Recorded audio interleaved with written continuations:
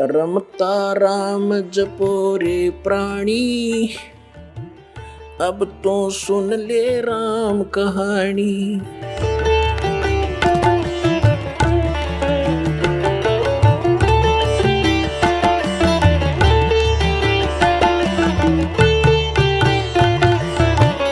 अब पहले तो आपको दिखाते हैं कि ब्रह्मा विष्णु महेश का जन्म मृत्यु होता है, इनके माता पिता हैं।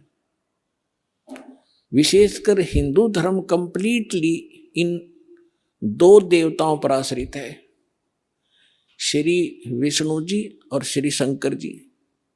उसके बाद तो फिर जैसे भी हमें ज्ञान मिलता गया, बिखरता गया, कोई हनुमान पूज रहा है, कोई शेरा वाली का चिपट रहा है, कोई और काली माई का ही लगा हुआ है पूजा में, और फिर और नीचे सत्र में आगे हम खेत अपने कहीं 4 ईंट लगाई उसमें मत्था टेकन लग गए, या कोई मंदिर मस्जिद गुरुद्वारे बना के वहां परमात्मा खोजने लगे। लेकिन मुख्य रूप से हिंदू धर्म के लोग श्रद्धालु श्री विष्णु जी और श्री शंकर जी को सुप्रीम मानकर पूजते रहे। और हमें यह बताया गया था इनके कोई माता पिता नहीं, केवल ब्रह्मा जी की मृत्यु बताते थे। आयु फिक्स थी कि 100 वर्ष की आयु होती है, फिर अपने आप पैदा हो जाता है।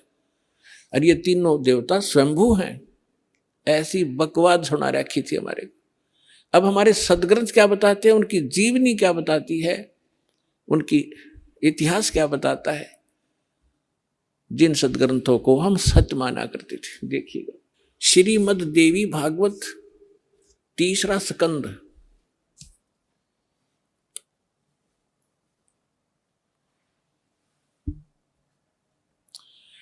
ये गीता प्रेस गोरखपुर से प्रकाशित है।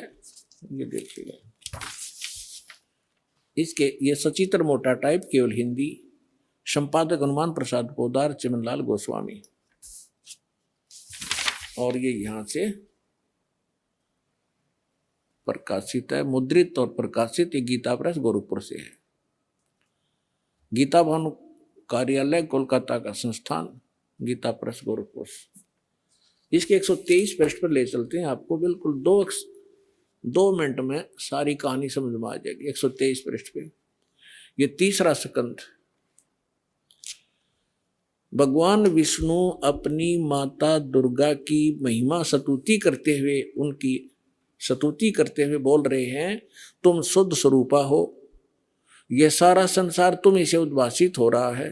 मैं ब्रह्मा और शंकर, हम सभी तुम्हारी कृपा से विद्यमान हैं। हमारा आविर्भाव माने जन्म, तिरोभाव माने मृत्यु। हमारा तो जन्म और मृत्यु हुआ करता है, केवल तुम ही नित्य हो, जगत जननी हो, प्रकृति और सनातनी देवी हो। ये प्रकृति शब्द याद रखना कि दुर्गा को प्रकृति भी कहते हैं। जिस समय दास आपको श्रीमद् भगवत गीता में यह सिद्ध करेगा कि ब्रह्मा विष्णु महेश की उत्पत्ति दुर्गा से हुई है और गीता में वर्णित है, उस समय प्रकृति शब्द आपका काम आओगा कि प्रकृति दुर्गा को कहते हैं। गीता के अंदर 2 प्रकृति बताई है, एक तो जड़ जैसे ये अग्नि वायु हवा आदि, और एक चेतन ये दुर्गा प्रकृति है। तो इसलिए कहते हैं आप ही प्रकृति हो। और फिर भगवान शंकर क्या कहते हैं, देखिएगा। भगवान शंकर बोले, देवी यदि महाभाग विष्णु तुम्ही से प्रकट हुए हैं, उनके बाद उत्पन्न होने वाले ब्रह्मा भी तुम्हारे बालक हुए, फिर मैं तमोगुणी लीला करने वाला, क्या मैं तमोगुणी लीला करने वाला शंकर, क्या तुम्हारी संतान नहीं हुआ? अर्थात मुझे भी उत्पन्न करने वाली तुम ही हो शिवे। संपूर्ण संसार की सृष्टि करने में तुम बड़ी चतुर हो। इस संसार की सृष्टि, स्थिति और संहार में तुम्हारे गुण सदा समर्थ हैं। उन्हीं तीनों गुणों से उत्पन्न हम ब्रह्मा विष्णु एवं शंकर नियमानुसार कार्य में तत्पर रहते हैं। अपनात्माओं, इस पवित्र पुराण के चंद पंक्तियों ने 4-5 कंसेप्ट क्लियर कर दिए। नंबर 1, ब्रह्मा विष्णु महेश की जन्म मृत्यु होती है, ये अविनाशी नहीं है। दूसरा ये कर दिया कि दुर्गा प्रकृति को कहते हैं। तीसरा ये हो गया कि प्रकृति दुर्गा इनकी मां है। और चौथा ये हो गया कि रजगुण ब्रह्मा है, सतगुण विष्णु, तमगुण शिव जी। और पांचवा ये हो गया कि ये भगवान केवल वर्क डन दे सकते हैं, जैसा जिसका कर्म है इसमें ये कोई परिवर्तन नहीं कर सकते। ये इससे सिद्ध हो गया। अब ये सिद्ध हो गया कि ब्रह्मा विष्णु महेश नासवान है। अब जो भगवान नासवान हैं और हम उनकी पूजा करते हैं तो हम भी नासवान है, क्योंकि हम वहीं जाएंगे जहां उनका लोक है।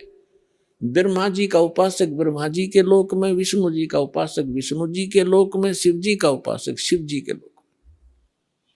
और ये भगवान नासवान है और इनकी भी मृत्यु होगी, इनका लोक भी नाश होगा, तो फिर हम भी गए जन्म मृत्यु में। यानी हमें कंप्लीट मोक्ष नहीं हुआ, संपूर्ण मोक्ष नहीं हुआ।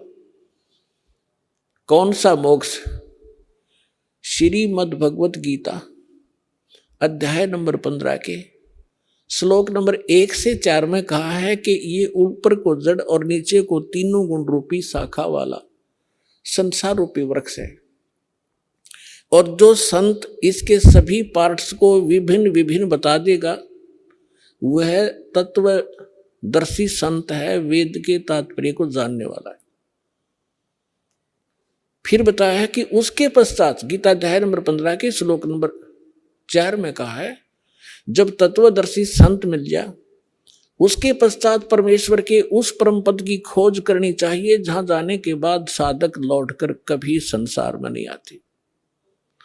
और जिस परमेश्वर ने सभी ब्रह्मांडों की रचना की है, अर्थात जिस परमेश्वर से संसार रूपी वृक्ष की प्रवृत्ति विस्तार को प्राप्त हुई है, भावार्थ है कि जिसने सब ब्रह्मांडों की रचना की है वो कंप्लीट गॉड है, वो पूर्ण परमात्मा है। केवल उसी की भक्ति करो, गीता ज्ञानदाता स्पष्ट कर रहा है। और फिर कहता है कि अर्जुन चौथे अध्याय के 5 और 9 श्लोक में, दूसरे अध्याय के 12 श्लोक में गीता जी में, और 10वें अध्याय के दूसरे श्लोक में गीता ज्ञानदाता कहता, अर्जुन तेरे और मेरे बहुत जन्म हो चुके हैं, तू नहीं जानता मैं जानता हूं। अब जैसे हम श्री कृष्ण जी को मानकर चलें कि श्री कृष्ण जी गीता का ज्ञान दे रहा है, इन अज्ञानियों के आधार से हम चलें, तो भी गीता ज्ञानदाता तो अपने आप को कह रहा है मैं नासवान हूं, मेरी जन्म मृत्यु होती है। जिसकी स्वयं जन्म मृत्यु होती है और उसके उपासकों की भी जन्म मृत्यु होगी। गीता अध्याय नंबर 18 के श्लोक नंबर 62 में कहा, इसलिए कहा कि अर्जुन तू सर्वभाव से उस परमेश्वर की शरण में जा, उसकी कृपा, उस परमेश्वर की कृपा से तो परम शांति को और सनातन परम धाम को प्राप्त हो। और उसकी शरण में जाने से तेरा कंप्लीट पूर्ण मोक्ष होगा। आप सुन रहे थे जगत गुरु तत्वदर्शी संत रामपाल जी महाराज जी के मंगल प्रवचन। अधिक जानकारी के लिए विजिट कीजिए हमारी वेबसाइट www.jagatgururampalji.org। संत रामपाल जी महाराज जी के शुभ आशीर्वाद से पूरे विश्व भर में 500 से भी ज्यादा नाम दीक्षा केंद्र हैं, जिन पर संत रामपाल जी महाराज जी द्वारा ऑनलाइन निशुल्क नाम दीक्षा दी जा रही है। अपने नजदीकी नाम दीक्षा केंद्र का पता करने के लिए संपर्क करें 8222880541।